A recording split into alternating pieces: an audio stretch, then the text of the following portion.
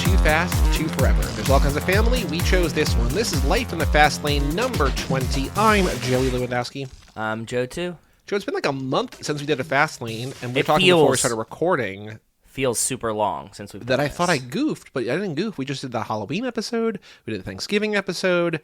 But now we're back talking about the minute, talking about news, reading emails. We got so much to talk about. This is going to be an overstuffed, perfectly appropriate for recording during Thanksgiving week, right? Yes. But long episode, longer than the most recent Fastlane episodes, but it's a good thing. I think it's a good thing. I think it's a good thing. Yeah, but it did feel like a very long time. I was thinking that too. And you were saying like you thought that you had goofed the scheduling somehow, but absolutely not. It was just been a while. It's been a while. Yeah.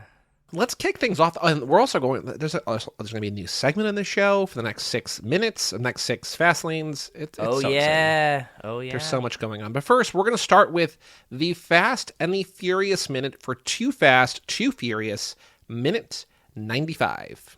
Yes.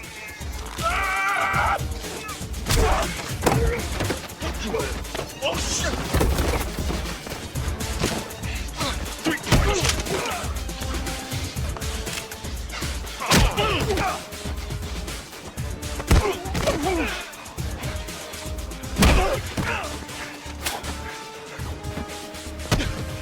Come on, shit.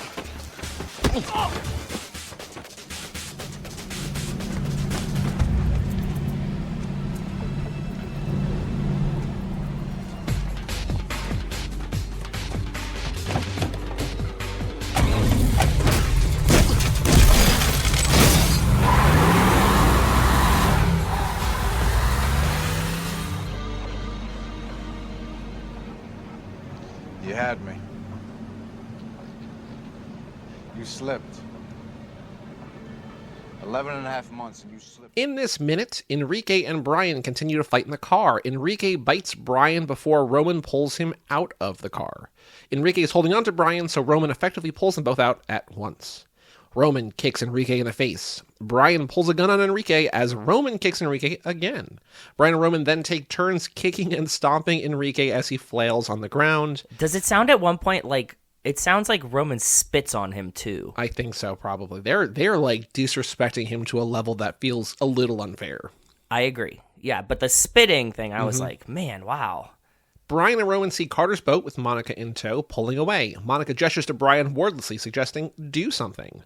Brian and Roman race back to Brian's car. They team up to kick out the obliterated windshield. Brian throws it in reverse and tears off back down the road. While on the boat, Carter expresses his sadness over Monica's betrayal as the minute ends. And it's been so long since we did this that I was like, did I misnumber? Did we do 95 already? Because it felt like we already covered them fighting, but no, it's just, We've the beginning of them fighting. Yeah, correct. Yeah. So my big question to you, Yes, Enrique sir. is probably still alive, right? Like they beat the shit out of him, but they didn't kill him.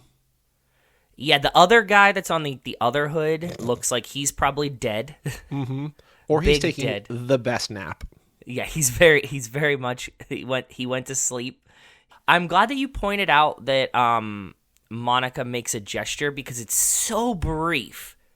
There's two I've things never I made noticed notes it of. before. That, and then the fact that Enrique bites Brian, I'm like, I don't remember either of these things happening. The biting thing, when I saw it, I remembered it, but I Okay. couldn't have been like, yeah, like if you were like, okay, Brian and Enrique fight, what's it like? I'd be like, I don't know, they're fighting in the car. Not like he bites him on the shoulder, which is very, very like now tattooed in my brain. That's what's a weird also wild thing. is like the minute chunk opens with the bite, and I'm like, oh. Yeah. Whoa. He Like, vampire the first bit him. thing we see is like, whoa, okay. The only other real note that I have, the music is the same as it was. There's not much dialogue. The clothing is the same as it was. But Carter says to Monica, you had me. And I'm like, Brian never had Tom. Yeah, he never had him. You almost no. had me. You never had me. But Monica, she had She Carter. almost had Carter. She almost had him. Slipped up. 11 and a half months you slipped. And then we know that she slept once. We're going to get that word in the next minute. But Joe, there's not a lot going on here, but what did you notice? Anything of note in minute 95 in terms of the things you normally find? Yes, I did notice something interesting, and my main takeaway was right at the same thing with Monica doing the gentle wave. Mm-hmm. On the back of the yacht, there's apparently like a hidden jet ski. I couldn't get a really good shot of it, so I don't know exactly what it is, but it looks like it's like a 900 and then some letters and numbers. But I didn't get a good shot of it yet. Hopefully when the car lands, I can see what it is. But so this yacht is so baller that it also has place for a jet ski on the top, on the back. And I don't know how you would get the jet ski down off the top of a yacht, but I'm assuming they have ways. I mean, look, this is just more reason why this is Mark Hoffmeyer's favorite Fast and Furious movie. I was just on his podcast recording, and he mentioned, we were talking about, like, film, movies, films, and flicks, but the one we talked about was a film, and we're talking about, like, all this heavy director stuff, and then he just brought up John Singleton. I'm just like, all right, I guess we got to talk about Too Fast now. Just like he like hard pivoted into like, all right, talking about Too Fast, talking about Four Brothers, the back punch, all that stuff. And I'm like, Mark can't go and like he was so serious for like half an hour, and then all of a sudden he like it just derailed. He That's became awesome. Mark again. Yeah, it's very fun. I mean, Mark contains multitudes, but it's just like I love Mark. Pretty good. Yes. But yeah, no, jet ski in the back is a nice. Is it purple? Like, is that? It's like purple and green. Yeah, it's like purple and green. And the boat is like clearly all white. So this is something I seriously don't know how you get that. Oh, I was gonna ask you. You probably didn't see it. But when they had the F1 race in Monaco this year, there was a dude who had this like giant mega yacht, and then he had a Ferrari F40 on the yacht. So they had to like crane his like $2 million car to just like sit on his like multi-million-dollar yacht. And, like, that's just what he did. Well, so, like, I'm thinking about, a movie that we covered this lap, Titanic, with the lifeboats, but those are, like, on ropes, on pulleys that you, like, lower down. Like, this is, like the fun thing, although I don't think what would happen, is, like, you put, like, a little bit of pool of water and, like, you just jump the jet ski into the water, but, like, that would not work. Nah, that's not how that's going to work. I have no idea how it would work. I mean, I'm sure that's what I'm saying. Logical explanation, but I don't know. I'm not a yacht guy, so, like, I don't, like... You could tell me, like, the bottom just, like, lowers down into the water and you pull it off the back or something. Or there's a ramp. I don't know. None of it makes sense. It's a jet ski. But where's Mark Hoffmeyer when we need him? I don't know. Yeah, I think between the biting, the Monica, and the jet ski, that's pretty much what I was focused on in this minute this time. There is a car hidden in those trees. Like, when they're coming around, there's, like, a really dead car hidden. Yeah. Seemingly, like, buried by the trees. But I'm like, I don't know how you can't tell what it is. It's just, like, a car in weeds for 25 years or whatever. That reminds me, when I was growing up, like, I grew up, like, I had neighbors, like, it wasn't like I had, like, acres and acres of property. Like I had neighbors I could, like, I could see from our house, right? But, like, there were trees on all sides of our property. And there was one tree between me and our house and one neighbor's house that somehow had, like, a go-kart around it. Like, a rusted-out old go-kart, but, like, fully around the tree. Oh, this was, like, I think this was, like, a thing. I think that people do this, that, like, you, like, you put something like in a baby tree, knowing this that like this is a pretty big ass tree. So this must have been like I don't know, but like that's what I mean. This is like a thing that you can do that and like put something. I don't know. People have done it before. That you put something in like a tree and then let the tree grow around it, and then like all of a sudden it's like it's really cool because it's just time, right? You're like, holy shit, that's awesome. But I remember it was like a really old go-kart, right? It had to be like the oldest go-kart in the world. Okay. Like I remember like not usually going there because it was like unclear if it was our property or not. Like my neighbor didn't give a shit, but like I was just like, I shouldn't really be. I'm like, hold on, what is going on in these woods? Yeah, murders of children. Sounds like it or something. There's also like little bamboo stalks there. I'm like, this is weird. Like it's very cool. I don't know. Who knows? Anyway. I think in the last minute we were trying to remember whose car they take, Brian or Roman's, to jump onto the yacht, and they do take Brian's car. They do, because Roman's car is completely smashed in the front, yeah. I was also, I'm not going to go into detail because it's not interesting, it's just annoying. You called it Seinfeld levels of annoying, but I had to replace my windshield yesterday, and I just had a small crack, but here, Brian's windshield totally fucked. Would have cost the same amount of money to replace, you know what I mean? It's just like... yeah. Like, Joey had like a long story that. about him having one tiny crack in his windshield and it just going awry at every possible moment. I was just, I'm sensitive to windshield replacement right now. I'm just like, Yeah. at least I didn't kick it out. But I guess it would've been wind trauma. fine. Yeah. So speaking of, that was a trivia question we had. I don't know if you saw the trivia question. I don't know if you liked the I trivia just question. saw it. I was imagining we had to do something about him biting him, but I mean, that one, I like this question because it's easy, and I know we've been asking. We've been asking a lot of hard ones and number ones. I like your question. Go ahead, hit us with it, please. Easy. I mean, I think the answer you would guess is the right answer, but like, I don't know. But my question is, who kicks out the windshield of Brian's car? Is it Brian? Is it Roman? Or is it both of them? The answer is both of them. But like, I even rewinded it, like, because you see like two legs. Like you see, I think Roman's left and Brian's right. But I'm just like, is that two different? It is. Okay. It is. Yeah. That's good teamwork. That is really good. You have to time that correctly too. Mm-hmm. You know what I mean? Like, is there a different question you want to do, or are you happy with this question? I'm happy with this question. Like I said, I was gonna come up with something about the bite. Like, what does Enrique do to Brian? It's like pokes him in the eye or bites scratches him, pulls his hair. Yeah, exactly. That's where I was thinking, because I was like, this is also weird. I do feel like the biting is like crazy enough that I want to memorialize it, but like I don't know how to do a question. So thank you. Yeah. I was gonna say. The title. Okay, yep. The name of the minute should be like cat fight. No, something about vampires. The Return of Dracula at Thanksgiving, or like. I don't know, something. Come on, help me with like a vampire, like Bram Stoker's. Too Fast, Too Furious. Yes. Okay. Yes. Sorry. Or the monsters who. Instead of the monsters who made us, the monsters who fast. No, there's something there. I'm sure there's like a pun we could do with the Mike's monsters podcast. who ate us. Like that's just Dracula as it is. Like that's. Yeah. All right, so I like Bram Stoker. Bram Stoker did Dracula, right? Yeah, he wrote the book. Yeah, that's what I mean. Okay, yeah. I can't wait till we go back and do the quiz, because the minute titles are going to be like, "What the fuck were we on about?" About was like the minute weirdest... where they bit someone? Yeah, I guess so. I guess. All right, minute 95. Bram Stoker's Too Fast, Too Furious. Yeah. Sorry, that's good. That makes me laugh still. I am so glad that we're almost done with like minute questions, because like this Google form takes so long to edit things. Like it's annoying. Like just yeah. The form is so fucking long. I agree. Like just opening it.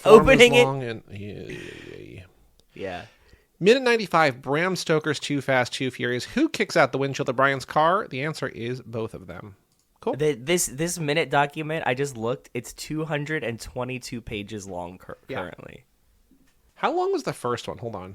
I mean, this. Did we send this? Did we send this to the writers of the book? No, we didn't. Because I think that they're like pretty much the only 11 people outside of people listening right now that would care about this. But I think they actually might find it weirdly interesting. Like, if they need to do research on the first minute, like on the first movie, they could just be like, yellow car. And it'd be like, here's 50 references. So the first minute document was 255 pages. But we have all the deleted scenes in there, too. So, like, we have a bunch more to go here. So it's going to be as long, if not long. Like, this has the bonus, the turbocharged prelude, but... Yeah, but that's only a couple pages. Well, I mean, it's at least 6 pages, because we did it over across 6 minutes, right? So... Yeah. Anything else you want to say about this minute? No, I'm excited to jump the car. Do you want to bet if the car jumps on the next minute, or do we have 3 more minutes of driving? Ooh, so this is 95. I think the movie ends in either 99 or 100. It's either the next minute or the minute after. I'm guessing it's not the next minute. Yeah, I would go not the next minute, because it seems like it should 97. be, and we've learned that there's a lot of downtime that we always forget about. It's not like really downtime, but just like driving time. But at the same time, the next minute could open with like 13 seconds of car, and then them just being on the boat too. And I wouldn't be surprised. Well, because I think we have to have Carter. Like so once again, I copied all the dialogue that I thought might be in this minute, and I like way overestimated or whatever. But there's a lot of like, boat, car, boat. You're not thinking what I think you're thinking. Like, it's just, there's a lot of like so you saw that. to Okay. But you just think about like we have to finish the scene with Carter. We have to go back to drive through the woods or whatever, and then they have to like line it up, do the thing. And a minute's not that long. I mean, a minute's a long time. It's not that long. You know what I mean? So. Yep. And for a thing that, like you're saying, Fast and Furious drives pretty slow. It actually does. All right, Joe, new on the streets news about the Fast and Furious. I have like 8 or 9 different links here. Do you have anything you've remembered in the last month? Well, no, not really. Hit me with some and maybe I'll remember some. Fast and Furious star Sung Kang gears up for the Ride Life doc series. So didn't somebody watch series. That? Wes watched an episode of it, I think. Was that the thing that Wes said that he had like a guy on? No, I think that was a podcast. No, this is not coming out till next year. Okay, cool. That's cool. A multi-country car culture show set to hit MIPCOM Cannes next week. He's just like announcing it. So like Sung Kang doing another doc series on car cultures around the world. Pretty cool. It's called The Ride Life. We don't know where it's going to be broadcasted yet. I don't Is it know. going to be? Okay, that's cool. Either way, I hope it gets picked up somewhere, and I hope it becomes like a real cool show. Filming across locations will be ready for delivery mid-2024.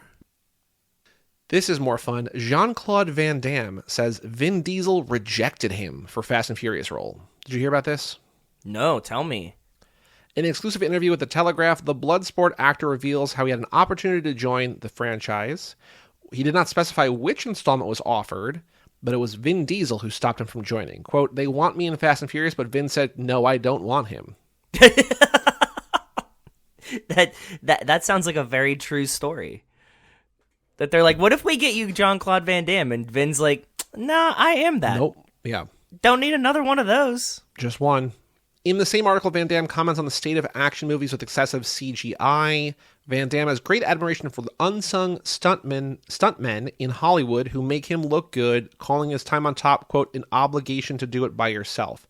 So I think he likes the Fast and Furious for doing like physical stunts, and it seems like he's largely anti-CGI. Yeah, that's cool. Fast and Furious legend Sung Kang is making an Initial D film, which I think we might have talked about. Oh, I did hear about this. All my buddies sent it to me. That sounds very, very cool. It's going to be live action, not animated. That'll be really fucking cool. I'm sure it's going to be Netflix, like, eventually. Probably. It's about cars and drifting and cool things like that. Almost a Rocky or Karate Kid, a fun, big-budget movie that expresses my love affair for cars. Oh, it's going to be a movie. I thought it was going to be a series. I know you probably heard about this. New Dwayne Johnson wax figure unveiled as Paris Museum admits original was, quote, whiter than it should have been, and, quote, an honest mistake. Did you see this? Oh, I definitely seen it, and it was a very, very white version of The Rock that was very interesting. So they just browned him up a little bit and sent him back out there. It kind of looked more like Vin, and then they're like, oh, it did look like Vin, right? Okay, yeah. I was thinking it, and I didn't say it. Okay. I wonder if Vin would be flattered by that or annoyed by that. I think a combination of both. Probably. I think he'd be like, we always knew that you were the lesser version of me. And then also, but then it's like multifacial, right? It's like it plays into Vin's racial ambiguities. So I think he would be gently flattered that he could be perceived as Samoan. Next story, Jason Statham to star in David Ayer-directed Sylvester Stallone script Levon's Trade from Black Bear and Bill Block's Block film. So David Ayer was one of the original screenwriters on The Fast and Furious. He made waves in recent months by saying that they totally screwed him on royalties and residuals, but Statham starring in one of his movies, because David Ayer has made some really, really good movies. Like he made Training Day, he made Fury. Yeah, I was going to say, I knew that name. Some real dog shit movies as well. But he's also tied to the Fast and Furious. Statham's also in a new movie called The Beekeeper. Interesting. Where it's a Jason Statham movie where he like fights a bunch of dudes. Like I saw a trailer for it last time, just like, okay. I was going to hope that you were telling me that he played another guy from like Kentucky with an English accent that is unaddressed. I thought it was a sequel to like Parker or what was the one that we watched, Homefront? That's exactly what I was talking about. The one where he's in the South but has an English accent and nobody asks about it. It's the Arnold Schwarzenegger thing, right? But just like for Statham. Yeah.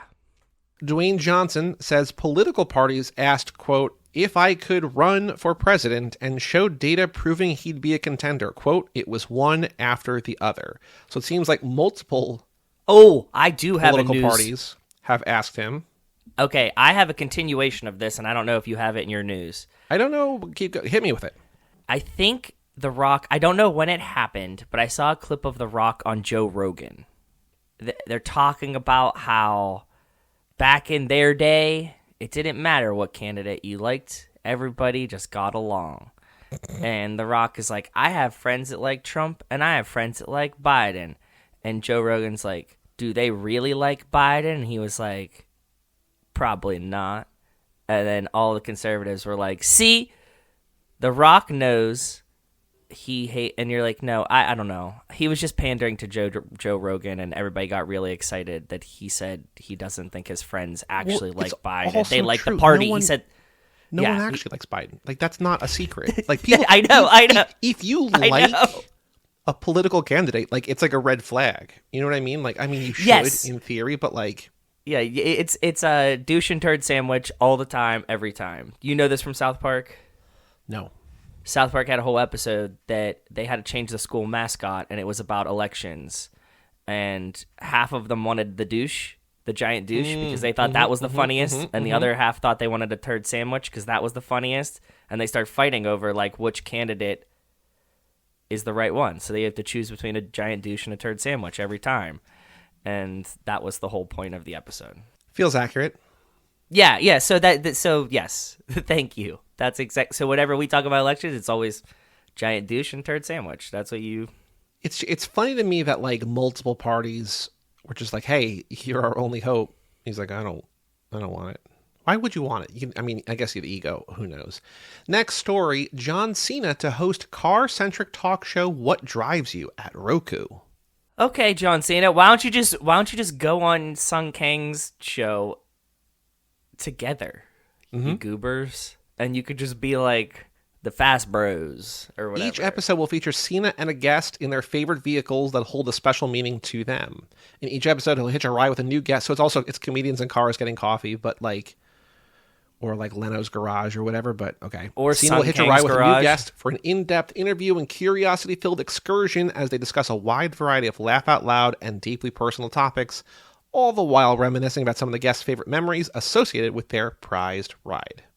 It's a premise we've seen before, but I like John Cena. I won't watch that because I'm sure it's going to be on you. Oh, it's on Roku. Yeah. Sure. Yeah. You're going to take a jaunt to good. Roku City to watch it? Wait, what is Roku City? Is that a Roku joke, or did City they build like a city? The home screen of Roku, there's like a city, and like that's called Roku City. Oh no, I've never seen this. I mean, there's like a Roku channel on other platforms like Fire TV, I think, and like Apple TV and whatever. But like, I've there's never like opened that. Yeah, the Roku homepage, like instead of like Fire TV just being like ads for Black. Amazon and Apple, Yeah. It's just like a city. It's like, this is Roku City. Sounds threatening. It's vaguely threatening. I kind of like that. Yeah. The only other news I have, this is from last night as we're recording. Tweeted by Stephen A. Smith. A live caller tried to get me with a Cars question. It didn't go well for him. Did you watch this clip? No, I saw you post it. Describe it to me, please. I Sorry. BD WAP-feed him. He did not respond yet. Stephen A. is still celebrating that Matt Canada got fired yesterday is what's happening. Because he's a big Steelers fan and was very vocal about Matt Canada sucking for months. I like Stephen A. Smith. Stephen A. Smith is like one of my favorite people because he seems like he's like, he knows what he's doing. He's like, if Skip Bayless was self-aware. Have you ever watched Stephen A. Smith? He's like, nuts. I know. Like, I used to watch these guys on like Around the Horn. Like, I've never really watched because I can't take them for an hour. But like, I can't. No, but I just see the 25 clips. Minutes. What happens is Twitter gives you like the 3 snippets of the day that you need to see from Stephen A. Smith saying something creepy about women or something like, and it's not even really creep. He's like being a creep himself, and it's like not directed at anyone. He's like, I love the ladies, and it's like, what are you talking about, Stephen A? Like, you're just an old guy. Just relax. Yell about sports. But go ahead. Sorry for derailing you. What did he say in the car? So somebody clip? he was talking about, I don't remember because it already is like I watched it this morning. I already forget, but it's like somebody calls it, like he's talking about something, and somebody calls it with a question about Lightning McQueen and the Piston Cup series or whatever, and Stephen A. like is able to like, it seems he's honestly, he's got. I mean, they might have pre-screened it. He might have. That's what I mean. I was going to ask you: is this a setup? No, I don't. I have no idea. But it felt so like, you know how sometimes like in a movie or like in a video game where like for Madden, it's just like we're trying to add realism. It's just like Cole Carter's the number one quarterback out of whatever, and like Stephen A. What do you think? He's like, oh, Cole Carter, like he's got like an answer like they just like record a thing that like makes it sound like whatever. It felt like that. And I don't know if this is from something. I don't know what, but like Damon in Iowa calls him and asks about the Piston Cup, and like Stephen A. like shoots him down, and then he talks about like which Fast and Furious movie you like best, 5, 6, or 7. He's like 8, 9, or 10 are pretty good too, but I like 5, 6, and 7. The guy's like Fast 5. He's like, okay, cool. That's the one where like, you know, Vin and The Rock are going at it and Rock's pursuing him, and then like. Well, that sounds like a lot of Stephen A. Smith, nothing happening. But okay, go ahead. Yeah. And then the guy is like, yeah, but I'm asking about cars. He's just like, well, Stephen A's like, but yeah, but like to me or whatever, like Fast and Furious means as much and whatever. The guy's like, yeah, but that's the same with me and Cars. He's like, how old are you? He goes, 21. He's like, Cars is a kid's movie. That's for babies. And he's just like yelling about, I'm just like, I don't know, but it was weird. Like I was going to post it because my friend sent it to me and then I saw that Reaction Rocket tweeted it. I'm just like, I was going to post it just for the ka-chow of it all, right? Like just like Stephen A. mentioning Lightning McQueen. And then he pivoted directly into Fast and Furious. And I'm just like, what is going on? I want to have a serious conversation about Fast and the Furious with Stephen A. Smith. Well, that's what Reaction Rocket was saying. Stephen A. just scratching the surface of some passionate Fast and Furious takes. If only there was a podcast he could really let loose on. Can you imagine if we had to deal with like what do you think that experience would be like? You would not have you because when we have a guest who like you sort of like when we have a guest who talks a lot, you let them talk. And I feel like I wouldn't even have the opportunity to talk. I would like ask a question. He would just like talk for like 12 minutes. It would be the like, Stephen A. Smith show yelling Fast and the Furious at us, essentially. Yeah. Okay. I think it would be awesome. I wish it would happen. And also, I feel like he probably has like 6 hand. Like we'd have to get like super pre-screened. Oh, yeah. Like we were talking to the president. Well, also, like, it would be the kind of thing where, like, we've had guests, like, with, like, somebody listening on the podcast, like, why are you here? Like, it's not gotcha journalism, right? Yeah. I also think that the only way this would work is he would have us call into the Stephen A. Smith show for like 2 seconds, and he yells Fast and the Furious at us, and it's like, okay, now back onto sports. Like, there's no way he would sit here for an hour. No, I mean, unless he really it wouldn't be us. Like, he would do something with like The Ringer or whatever, right? Like, he would. Yes, there's more highly visible outlets that also love the Fast and Furious. Also, speaking of Lightning McQueen, though, in the Travis Kelce Taylor Swift of it all, I guess a Swiftie, of course her name is Enchanted Jess, so like, you know, whatever. She tweeted, Travis Kelce kind of reminds me of Lightning McQueen, and then Pixar quote tweeted and just said, Karma is the guy in the streets, and just put a picture of Lightning McQueen, so that was, you know, pretty good. Like, whenever we get, like, I don't want this to become a Cars podcast, but whenever ka-chow is in our aura, we gotta push ka-chow. I love ka-chowing. I'm a big fan. Also, it's not really Fast and Furious news, but I tweeted and I realized that there was like a typo in the tweet, but whatever. The Fast and Furious YouTube account has been posting a lot of clips, like old scenes and old whatever, and like this is when Dom and Brian first raced and when Brian first met Mia, whatever. And then like yesterday or 2 days ago, they're like, here's every barbecue scene in the franchise. I'm like, why? Thank you. Like, I don't know why you did this, but it's like 7.5 minutes of every barbecue scene. And it's perfect. I don't know why they did it. That needs to go into the Joey's Barbecue movie playlist immediately, by the way. Mm-hmm. Just like the supercut, the 17-minute supercut of barbecues. So it just like when it cuts in, you're just like, yeah, we got to watch every barbecue. That's actually a good idea. I got to download this right now. I thought you would like that idea. Is Dwayne Johnson in Fast 11? As we know of now, yes. Is Fast 11 coming out next year? Probably not. Is any Fast and Furious movie coming out next year? Probably not. Joe, we're starting something today for the next, I think, 6-minute episodes. It's going to carry us for a couple months. We are doing, because no one has asked. No one in particular has asked. Not one person has asked series. Aggressively over and over and over again. We are covering the Vice television series, Season 3 of Icons Unearthed. Season 3 is all about the Fast and Furious, as narrated by Chad Lindbergh. So we watched the first episode for this, Racer X. That's the name of the episode. And Joe, I believe, even though normally we don't have sponsors, you got a sponsor? Because we are going to be doing this for 6 weeks, I reached into my bag. And I would like to let you guys know that this segment is brought to you by Call 811. Safety is in your hands every dig, every time. Call 811, the national call before you dig phone number. Shout out to Call 811. Well, shout out to Call 811. I wish there was like an easy, free way to watch these. I think you have to like pay a couple bucks to like buy the episode. They're on Vice.com, and if you use your cable login, you can log in and watch them. That's how I did it. The Simpsons and Star Wars are on Prime Video, but Icons Unearthed for Fast and Furious on Prime, they're $1 or $2 per episode. So not bad. Not bad. No, that's not the worst. You can get the whole season for $5. Yeah, if you want to watch it, there you go, $5. Or use your, parents' cable login, somebody old that that still has cable.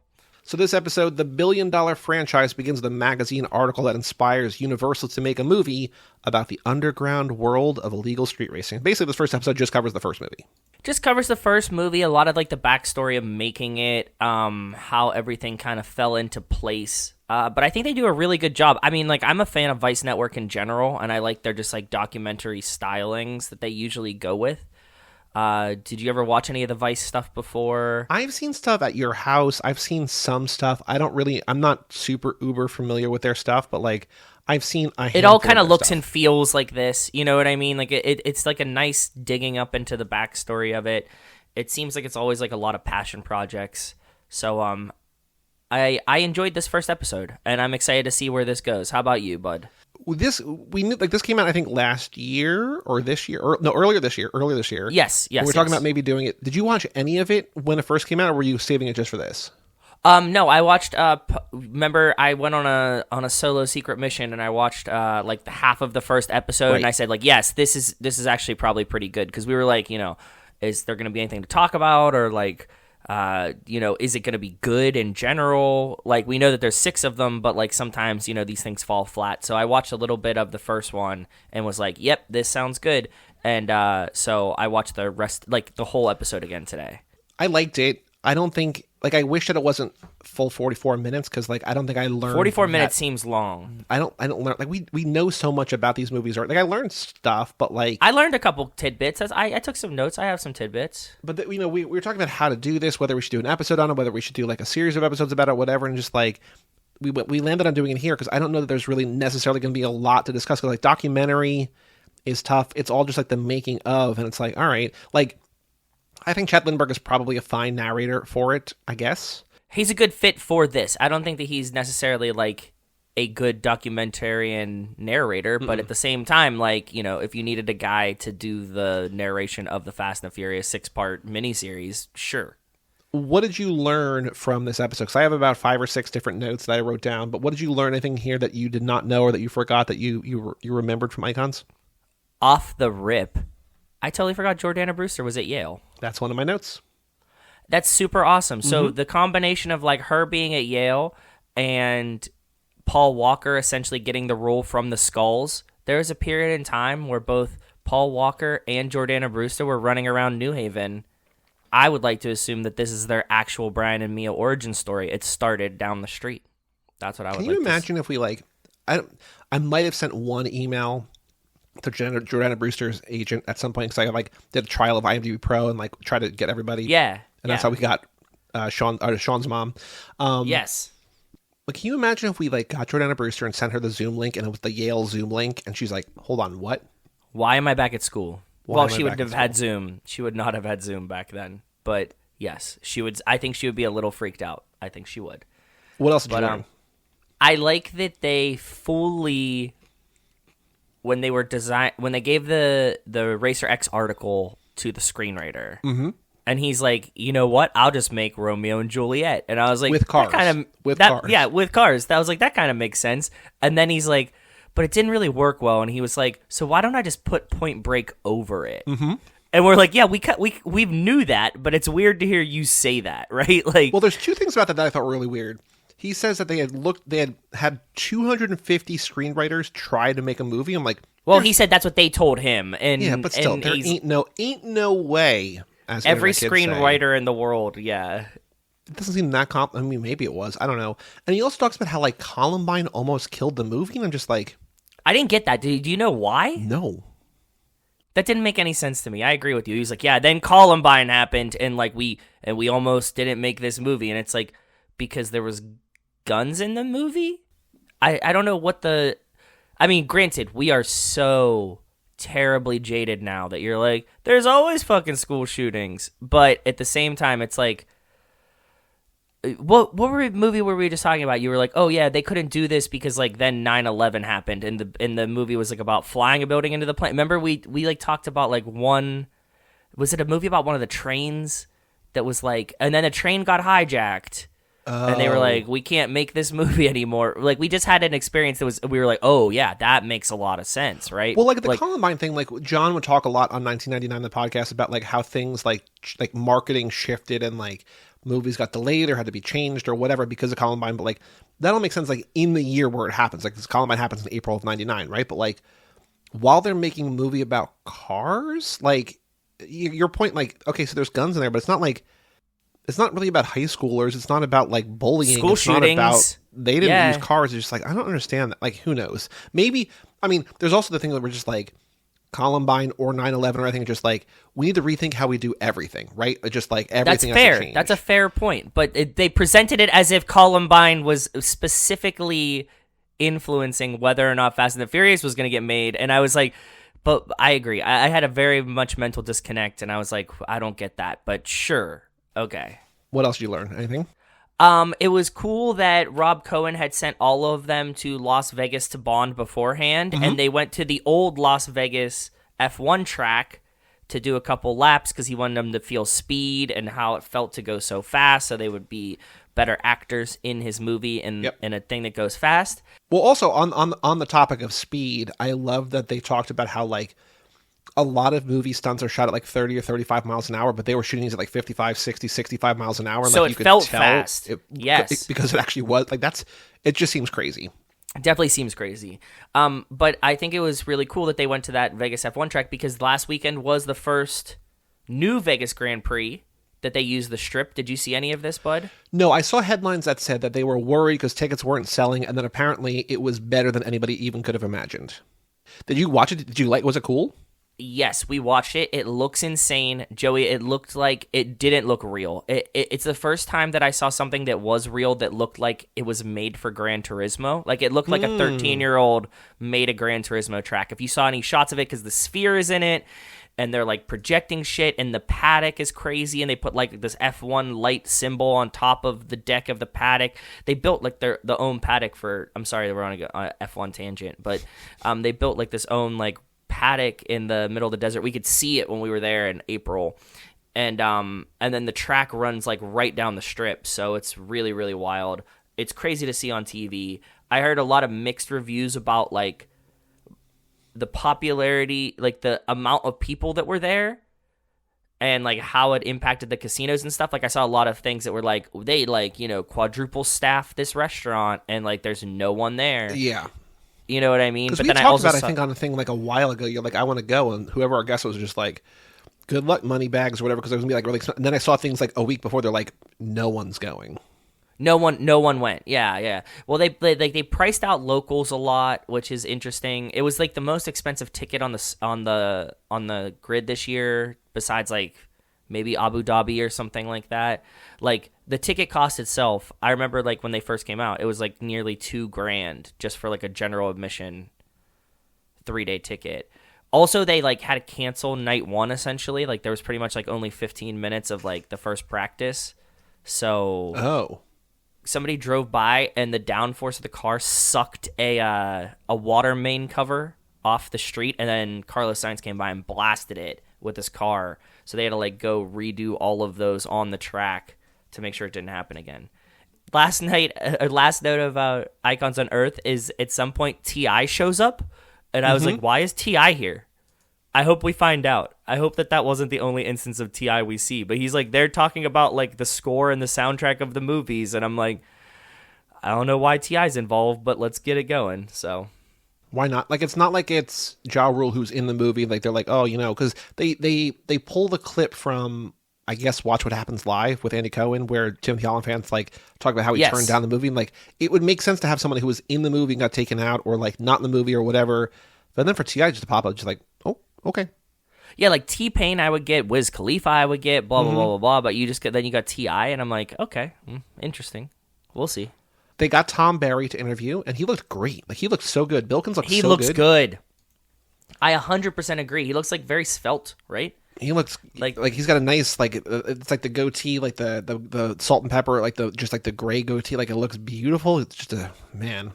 Oh, and the last cool thing that I had was that the guy that essentially Dom is based off of runs a company now that's DRT Technologies, and it kind of looks like the DT Auto like logo. Like, he even's kind of embraced it, but it's drag racing technologies, and he's in New Jersey, bud. So very exciting. The only other thing that I thought was funny was that Neil Moritz didn't know what to call the movie, and then like he was at dinner and his dad just call it this other thing, figure it out later. Like, just like, it's like, it felt like such a very dad move to be like, oh yeah, I saw a Look, movie a bud, while you're ago hung called up. The Fast and the Furious, just call it that. And he's like, what?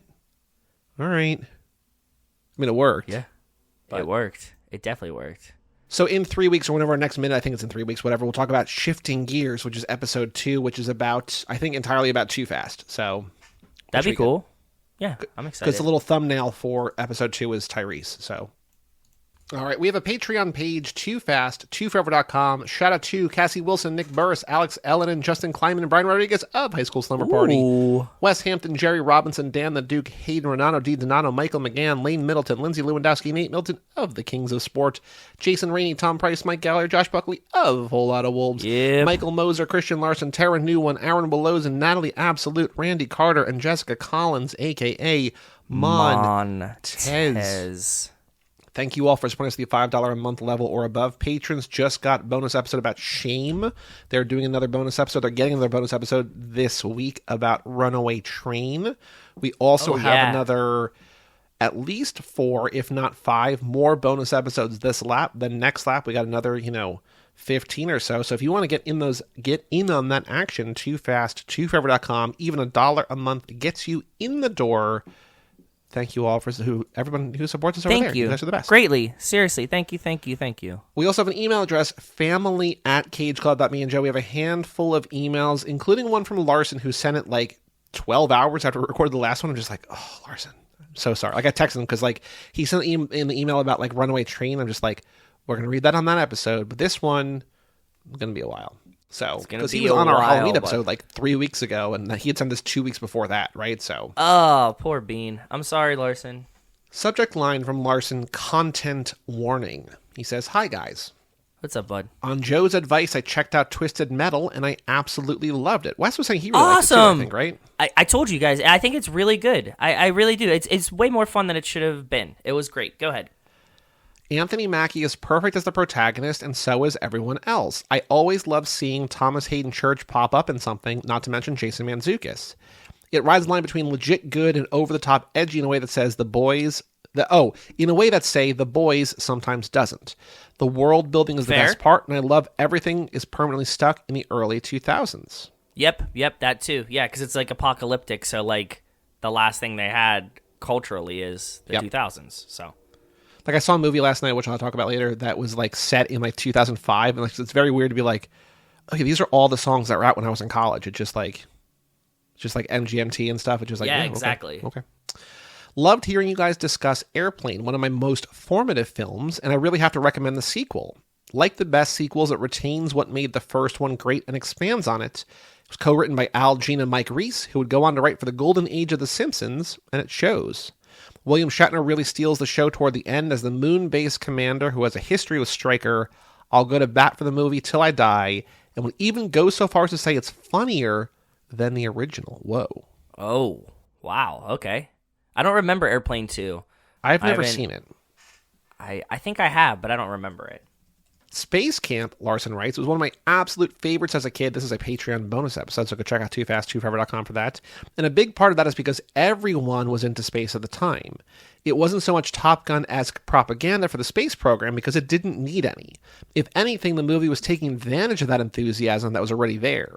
That's It was fair. Okay. Every 80s kid's dream to go to space, and seeing a bunch of them do it on screen was the best. Though let's face it, if the average kid had to go through the stress of space travel, they'd probably either die or go insane. But that would have been a much darker movie. It would have been a fun movie. Can you imagine? It would have just If turned they into all died. like Lord of the Flies really quick. I'm psyched you guys are going to be discussing Megaforce. Came out a while ago on the Patreon. Hope you enjoyed it. It was almost my pick for this lap, but I wasn't sure of the ratio of cars to not cars in the movie. I think I mentioned way back when how the films of Hal Needham kind of mirror the Fast franchise. He started with a relatively grounded, character-driven car movie, Smokey and the Bandit. Eventually, the cast grew to ridiculous proportions. The action became unrealistic, the Cannonball Run movies. Then suddenly, they were strapping rockets to everything and fighting international bad guys, like in Megaforce. Barry Bostwick as Ace Hunter has the kind of confidence that you get only from starring in the Rocky Horror Picture Show. Okay, guys, gotta run. Keep up the good work. Larson. Well, thank you, Larson. Thank you, Larson. That was a great email. Thank you. Our next email is from, well, we have a new $10 patron, Meet Randy Carter. We've said his name a couple of times. Randy also emails in, so we'll get to his Shout email out in a little bit. Randy. Oh, cool. We got another email from Jacob Matthew. Subject line, new listener. What's up, Jacob? Oh, also nice. Okay. He says, you don't have to say this on the podcast, but I want to write, of course we're going to, unless this is, I haven't read it yet, so if it's too, we'll see. But did you send us pictures of Michael Fassbender's wiener? No one did. Damn.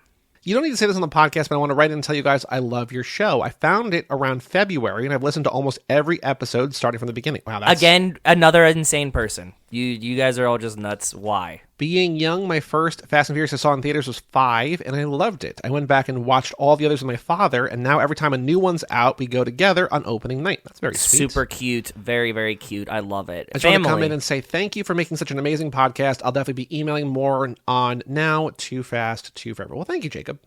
Thank you, Jacob. Write in whenever, and guess what? Joey's going to read it. Mm-hmm. Unless you tell him not to, but Joey's going to read it. Yeah. I mean, again, like, you don't have to read. I'm going to read. But if you say don't read this on the podcast, but I just want to share something with you guys, like, we won't read that. I won't. Yeah. You know. Next email from Jerry Robinson. Subject line, what up, fam? What up, Jerry? How are you doing, bud? I saw he was on vacation the other day. Looked fun.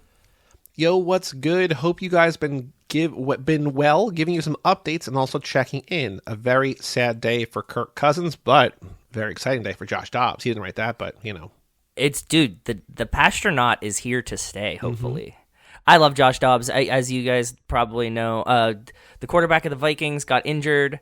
They took an old backup Steelers quarterback who we really, really loved in the city, and everybody is celebrating his success so far because he's seemingly like the greatest guy ever, like as a human and just like a person. So he is like an actual space and engineer. Like that's what he went to school for. He's like a super genius. So they call him the Pastronaut. Sorry. Did you read the athletic profile on him from like a week ago or so?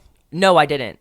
It's really good because they talk about how like his performance is surprising only if you know nothing about him. Like anybody who knew him was just like, oh yeah, he could always do this.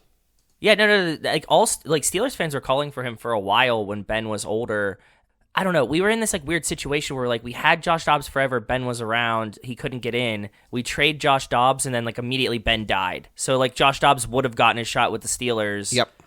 Like pretty much like the week or like that, like a month later, if this wouldn't have happened. And that was like, I think partially like the Mason Rudolph duck season for us. And Josh Dobbs was just like in Jacksonville, stuck behind someone else at a different Yeah, he's been stuck behind someone forever, essentially. Like Geno Smith. Like, the article was like, in Tennessee, he was told you're going to be our guy, and then he got traded to the Browns, and then the Browns traded him to the Cardinals, and the Cardinals were like, oh, Kyler's back, we'll get rid of you now, and just like he never really had a shot. And no, he never had a shot.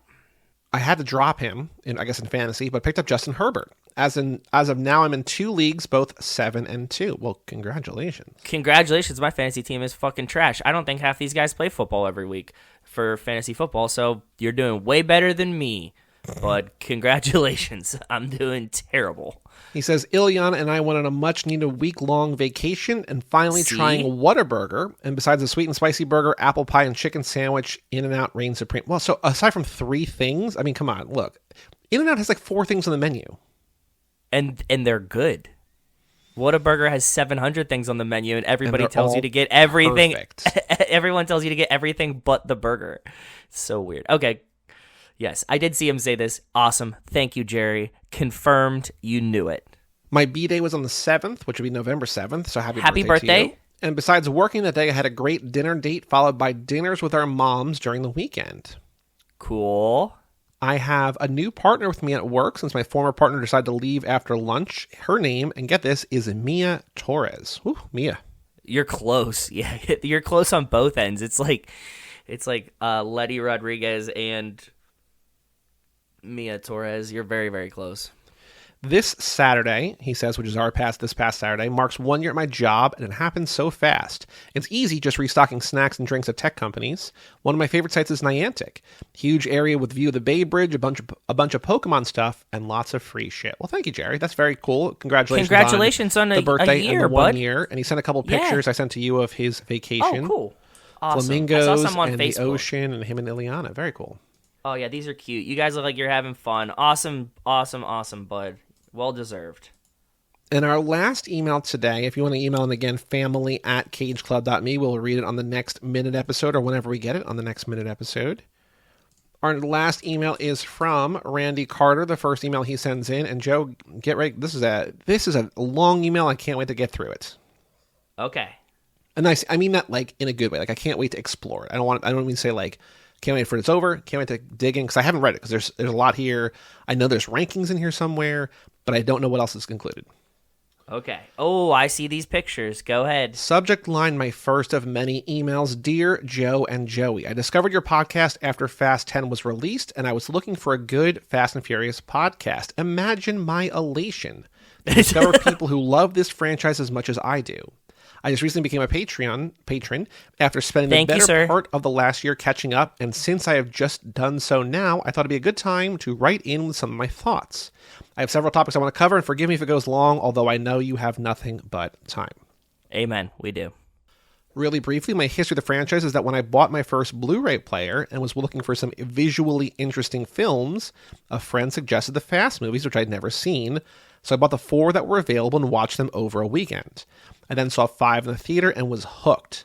Since then, I went to a test screening of Furious 6, an early fan screening of 7, where Vin came out unannounced and introduced the film. Quite an emotional night, as you can imagine. Yeah. And also saw an early screening of Fate. The less said about that, the better. Now on to my comments. First, I want to discuss something about Letty that I don't believe you've covered before. Let me set the stage. There were 5 people involved in the infamous DVD crime spree. Dom, Letty, Vince, Jesse, Leon. Jesse, Correct. as we know, was killed at the end of the first film. Leon disappeared into the wind, never to be seen again.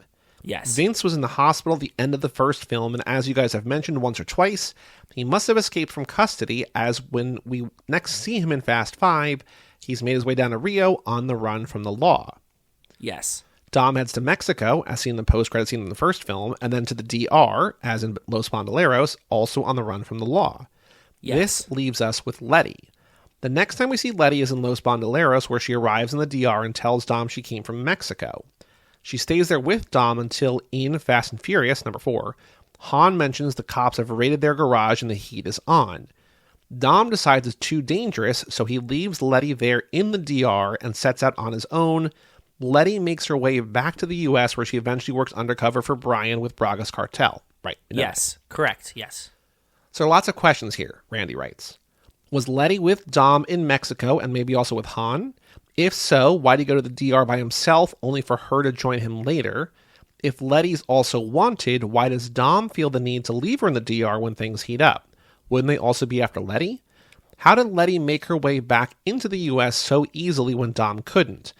Remember, Letty worked for Brian to get Dom a pardon of some sort so he could come home, but she managed to get home without a pardon.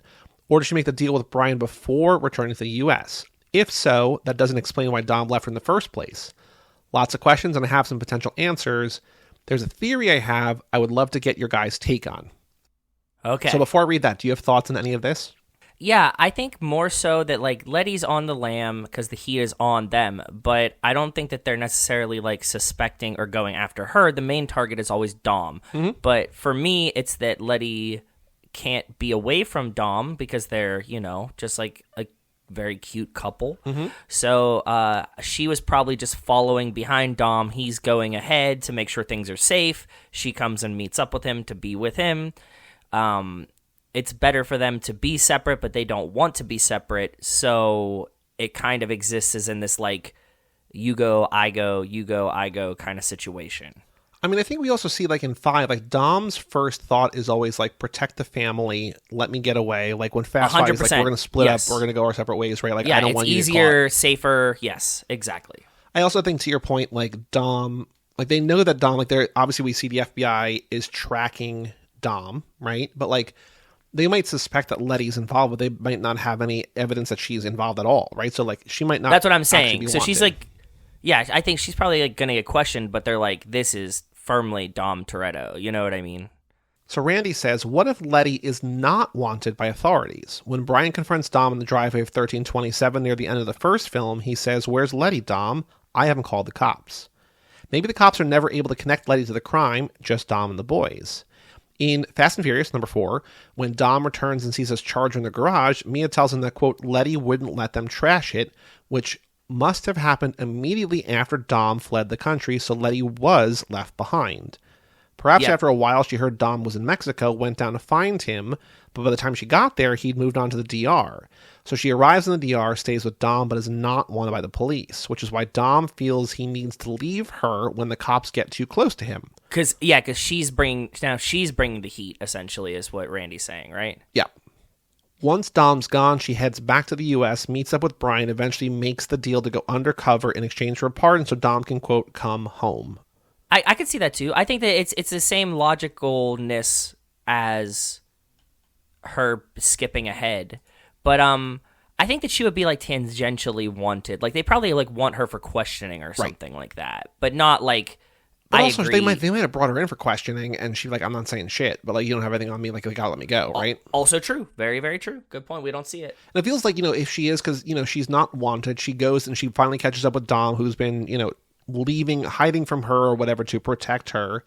I don't think he's hiding from her. I think she always knows where he is. She just can't go there or be next to him because then it brings extra heat, is what I imagine is happening. Right. And I think that part of it is like, oh, now that, there's one thing of like, it's hard to be away, but then like once you meet up with him again, you're like, I can't live without him, so I'm going to do whatever I can to get him back, which includes going undercover with Braga and blah, blah, blah. And Makes sense. Yep. Yeah. Tracks. Also, Randy writes, somewhat related, what do we presume Mia was doing for a living between the first and fourth film? She has to be doing something to put food on the table. Well, I think she's probably in college.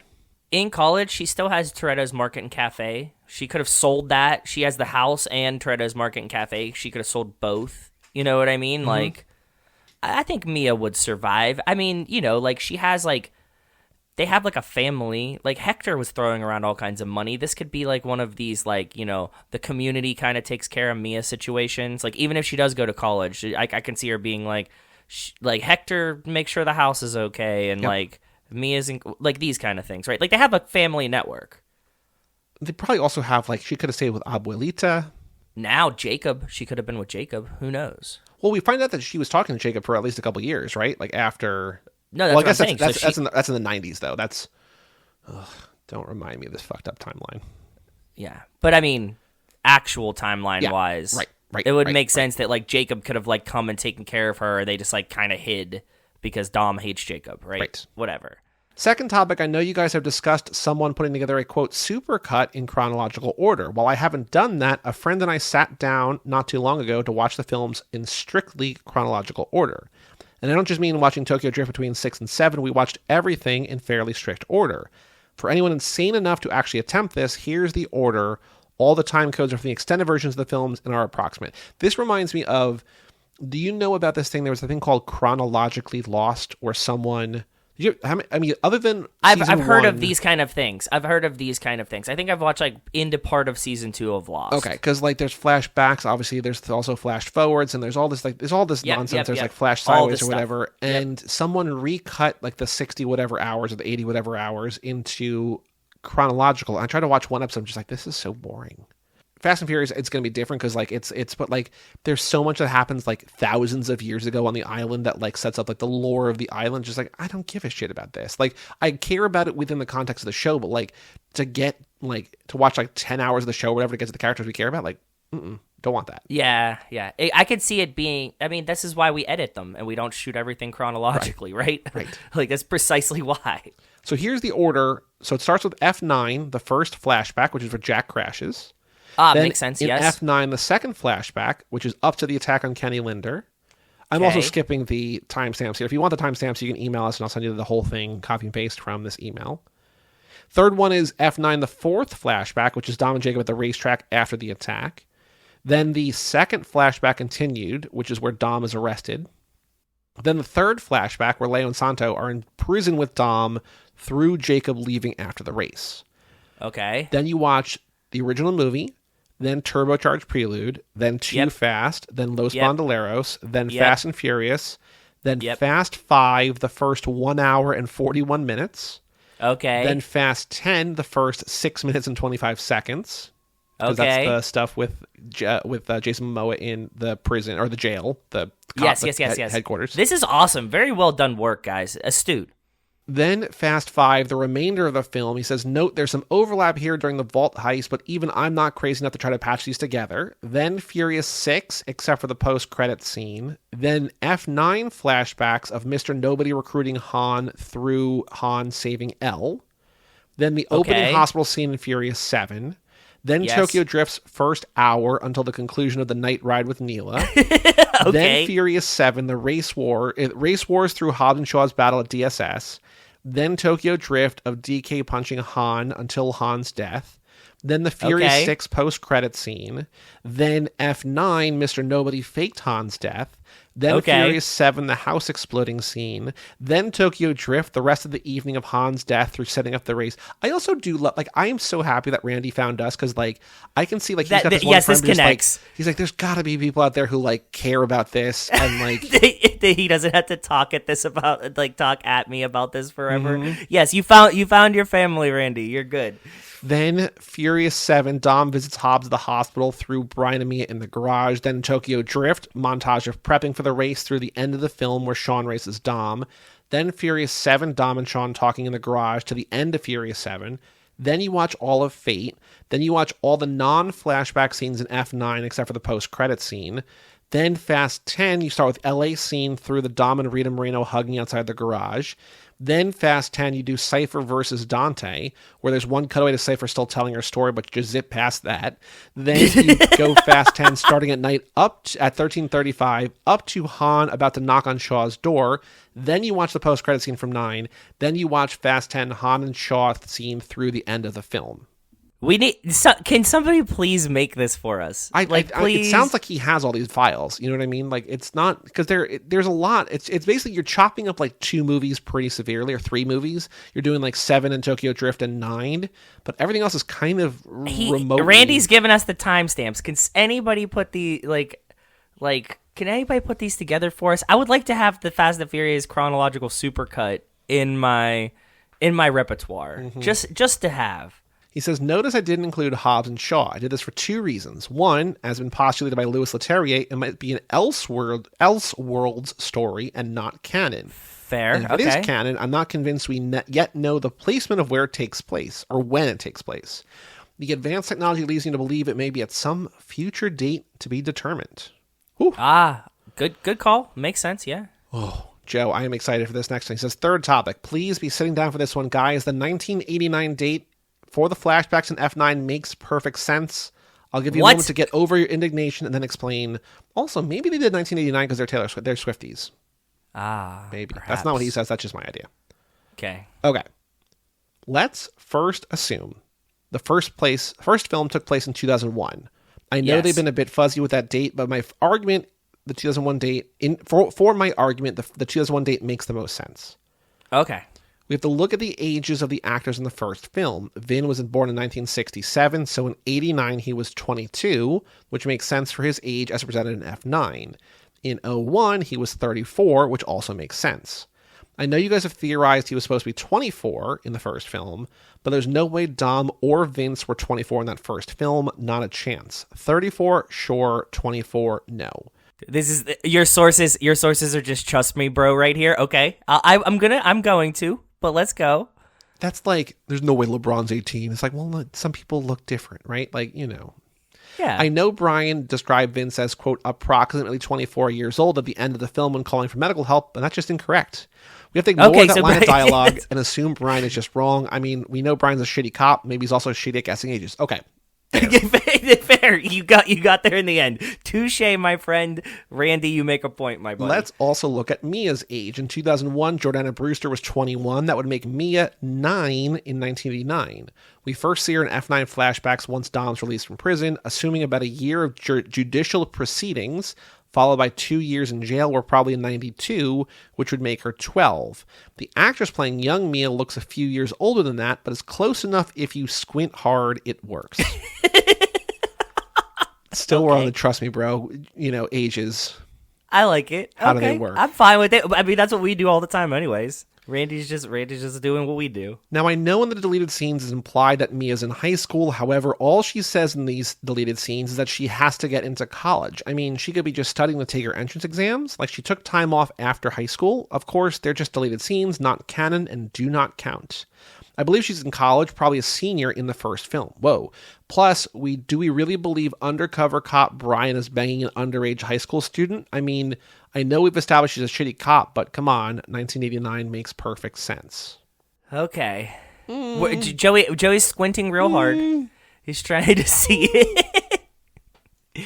I like that everything is just like, if you make it 1999, literally all the math works. And Randy's like, but if you ignore these 4 things and pretend these other 3 things are true, then the year they said is also true. It's just like, all right, okay, whatever. Yeah, sure. Yeah, I guess that works. Sure.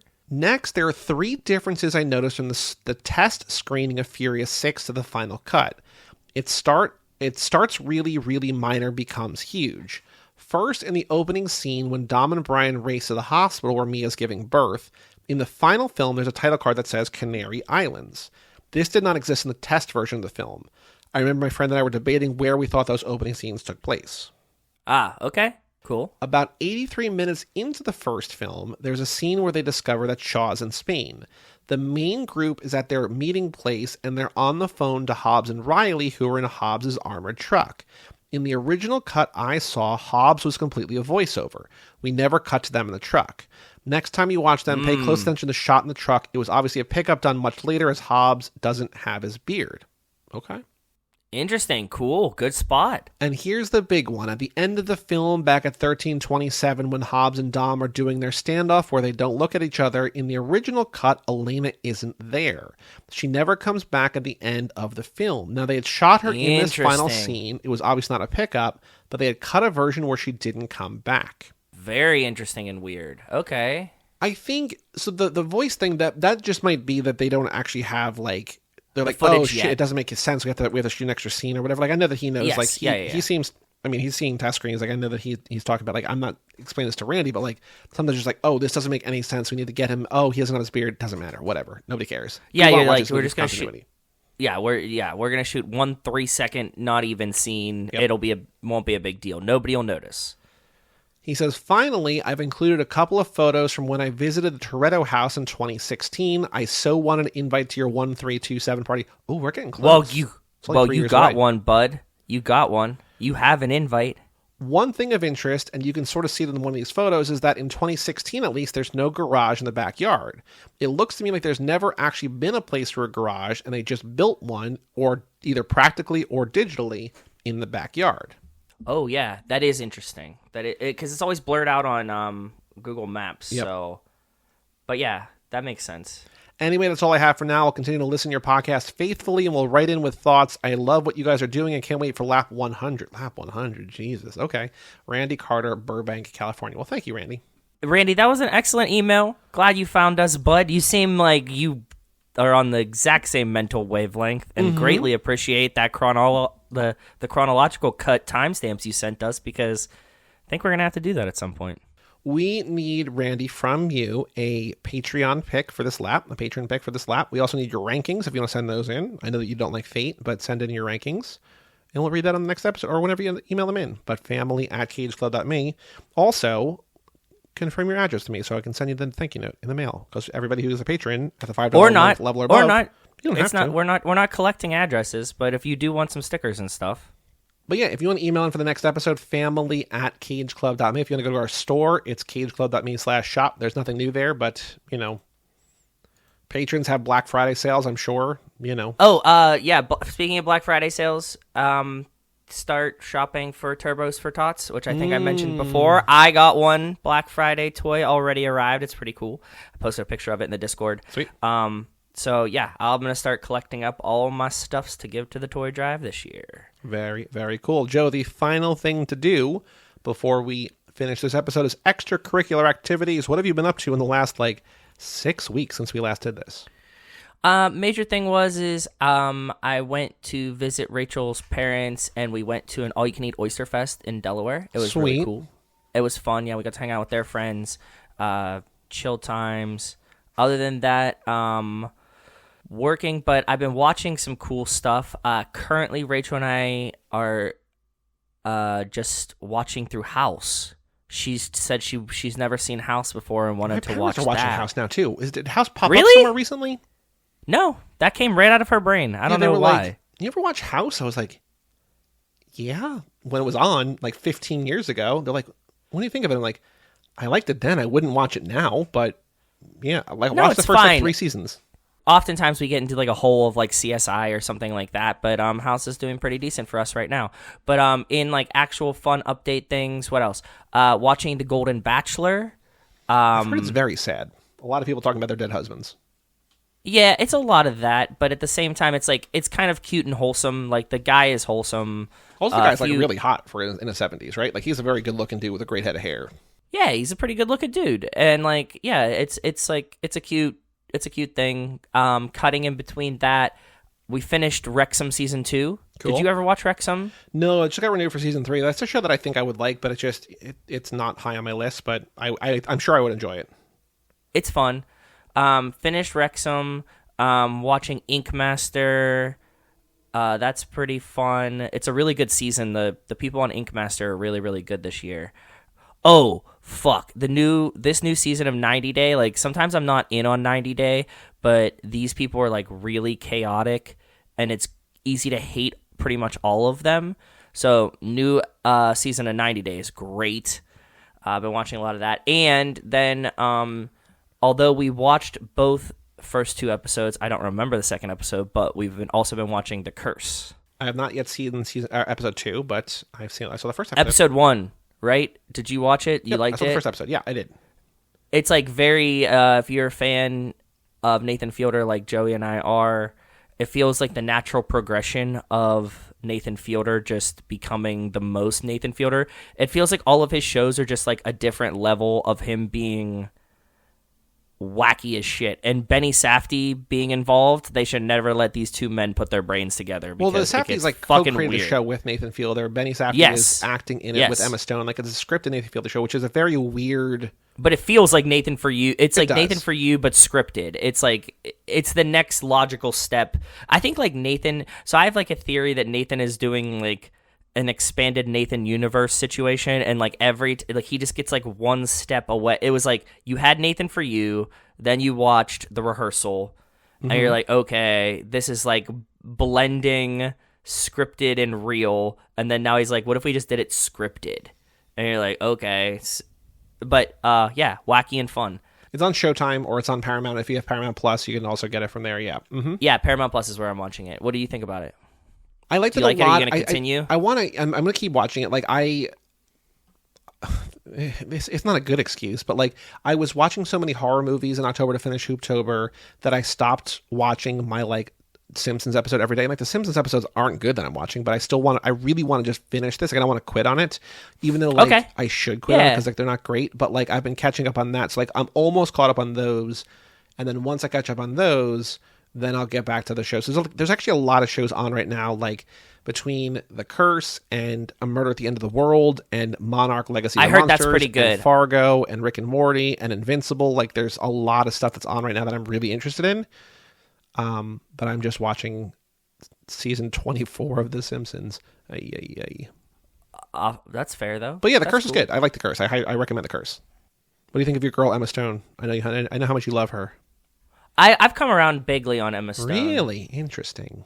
Not like I don't like her, and like I also don't think she's very cute for me. Like she just doesn't do it for me. But Time to do 2 Ryan, 2 Goslings, and just watch La La Land again.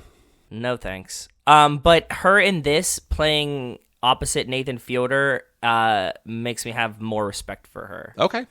She's always been like she does stuff like with the Yorgos Lanthimos, like she was in The Favorite. She's in that new movie Poor Things. Like I think she's very willing to get like weird. Exactly, and I dark, respect that.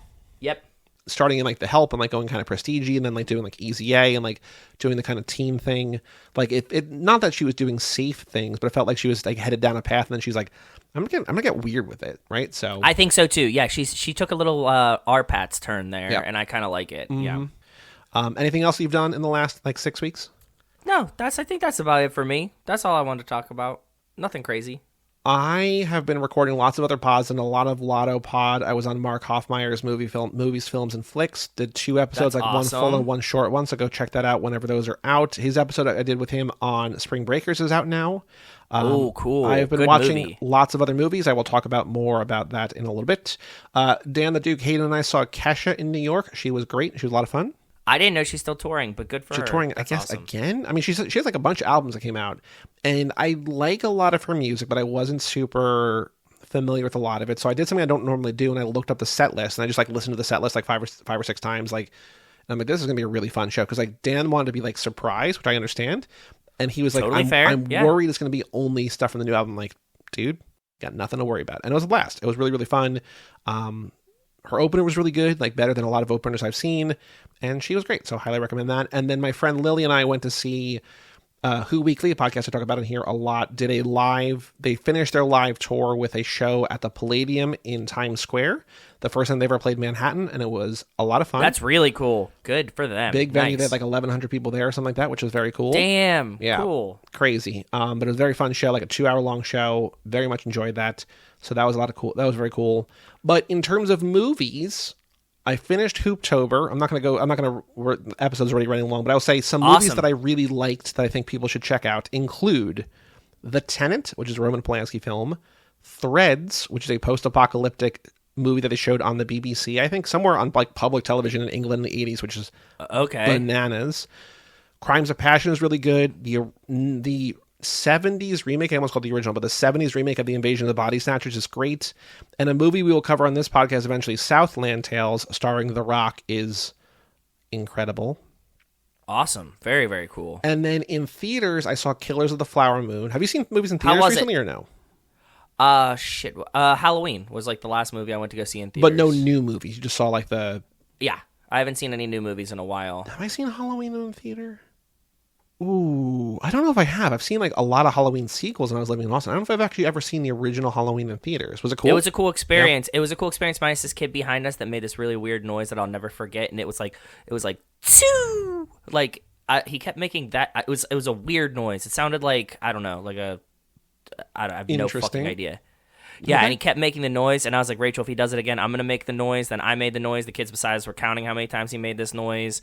Rachel was in a very chaotic environment, but the experience was enjoyable because I'd already seen the movie before. So Sure. if this was the first time I was seeing this movie, I probably would have raged. But like, whatever, packed theater, you're watching Halloween, not a big deal. I had a similar experience when I saw Thanksgiving, where like the guy next to me was on his phone and he was like also like repeating lines, and it's just like like a 20-year-old boy kind of thing, where it's just like, dude, you don't have to do this. But like also it's Thanksgiving, it's an Eli Roth slasher, it's just like it's fine. But I'm just like, if it was That's a what I movie mean. that I was, like, There's really there to context. care about, Yes. I'd be upset. But I'm just like, all right, whatever. But Killers of the Flower Moon was really, really, really good. Highly recommend that. Okay, it's cool. 3.5 hours long, so That's can't imagine precisely how why long I it's didn't gonna see take you it to in watch theaters. Mhm. Yeah. Bob and I saw The Zone of Interest, which is a movie based on a book that we cover for the podcast in a season where we were covering 6 things that were quote unquote unadaptable and 6 things that were becoming movies. But this is a World War II Holocaust movie that follows a Nazi's family. And doesn't sound like a movie for me specifically. So good and so heavy and so somber. It was at the Montclair Film Festival, and the lead actor, who's like the lead Nazi in the film, was there to talk about it. And interesting, really good, really really good. I'm sure. We also saw The Killer, which is the new Fincher movie, which is on Netflix, but we saw that in theaters. Great. Did you watch that yet? The new Fincher movie with Fassbender? No. I'm trying to wash his dick out of my memory, so I'm trying not to think about Michael Fassbender right now. I get it. And then I saw Priscilla in theaters, which was great. Mike and I did an episode on that. Oh, cool. Fun. Was it good? Yeah? Really good. Totally. Awesome. Like almost the complete opposite to Baz Luhrmann's Elvis, but I think okay, interesting. A nice compliment to it. Okay. I also think Jacob Elordi is a better Elvis than Austin Butler was. That's what year. everybody said. Everybody said, and like in the previews things, like when I saw it on like the Today Show and stuff, everybody's like, "Oh yeah, they should have just used this guy." Well, Jacob Elordi is just like a good actor. Like I don't like Austin Butler. I mean, I'm not saying he's not good. Former Mr. Vanessa Hudgens.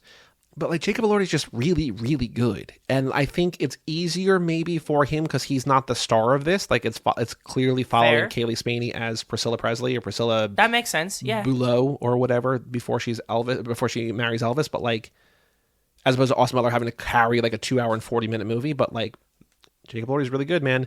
Then Thanksgiving I talked about, which do you know about like the original Thanksgiving, like the trailer that was in Grindhouse? It was in Grindhouse? So when Grindhouse came out 15 years ago, which was Planet Terror and Death Proof, we've covered Death Proof for this podcast. Before Planet Terror, they did a trailer for Machete, which was not a real movie at the time. They made a fake trailer, and then trailer for they fake made movie. Machete. They made Machete. And they made Machete Kills, both of which we covered for the Michelle Rodriguez Lab. In between Planet Terror and Death Proof, they showed 3 more real trailers for fake movies. They showed Don't, which was directed by Edgar Wright. They did Werewolf Women of the SS, which was directed by Rob Zombie. And they did a movie called Thanksgiving, which was directed by Eli Roth. All incredible. They're all great. The Thanksgiving trailer especially was really, really, really good. And so now 16 years after Grindhouse came out, Eli Roth is like, we're making Thanksgiving.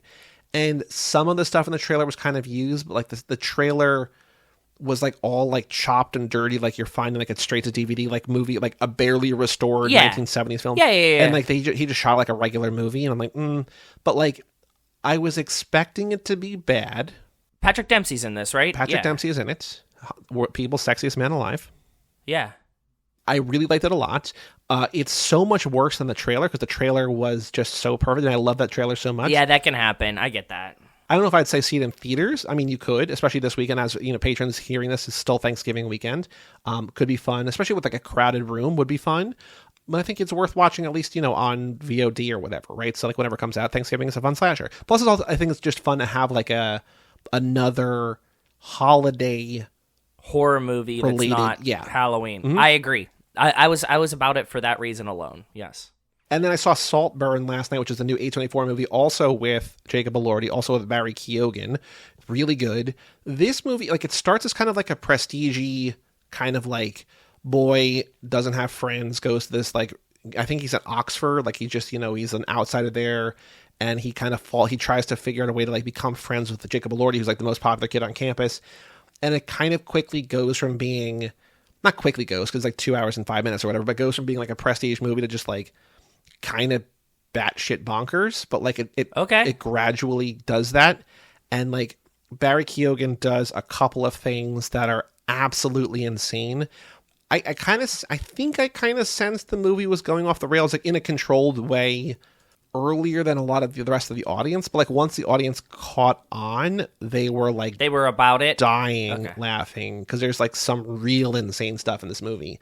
But it's really good, and it's by the woman who made Promising Young Woman. So Carey Mulligan is in this for like 10 minutes, basically looking like Helena Bonham Carter, like this like crazy makeup and like big red frizzy hair. Rosamund Pike is in it. There's somebody else, maybe somebody else I've known, I don't know. But like Jacob Elordi is really good and Barry Keoghan's really good in it. Saltburn's really good. And then I'm trying to do Not Seen November again, which I am failing spectacularly at. Like, I picked 20 movies I think I'm going to love that I've never seen. Like, going to try to watch all of them this month, and I've seen 2 so far through 21 days. So, Good luck, bud. boy, oh boy, that is failing spectacularly. But that's about it. I've been watching the Vikings, watching Joshua Dobbs salvage the season. The Pastronaut. The Pastronaut, doing yoga. The Dobbs father. I passed my so 1 year cool. yoga anniversary. I'd done 300 classes Congratulations. in a year, which is very exciting. Nice. Very awesome, bud. Yeah. Everyone, I love going to yoga there. So that's it. So Awesome.